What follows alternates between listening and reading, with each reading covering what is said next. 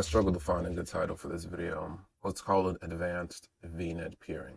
So in the past two videos, we talked about what VNet peering was and walked through a couple of examples on how to do it. In our last video, we set up connections between Peer 1 and Peer 2, but that was a pretty straightforward setup. What if we wanted to set up connections between Peer 1, Peer 2, and Peer 3? You would think all we would have to do is set up a connection between Peer 2 and Peer 3, but that's not quite so simple. Just because you granted a network access to each other using VNet peering does not mean it inherits access to other networks as well. If we wanted to establish peering between different network topologies, we'd start with Peer 1 and configure it to access Peer 2.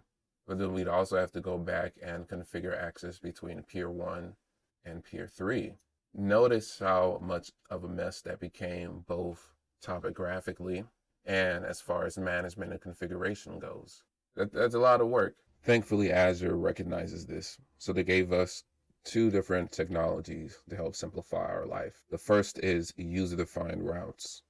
You would apply your user-defined routes to your network virtual appliance, which would sit right here. The network virtual appliance is basically a virtual router, and it has connections to a main VNet as well as several other peers. Once the virtual network appliance has been configured and the user-defined routes have been configured on top of that, traffic can then flow between all the three VNets through one of the VNets, in our case, Peer 2. To configure this, you're going to need two options enabled inside of your VNet. Let's hop back over to Azure. Let's click our VNet. Let's scroll down to peering. Let's click the peer we made in one of our previous videos.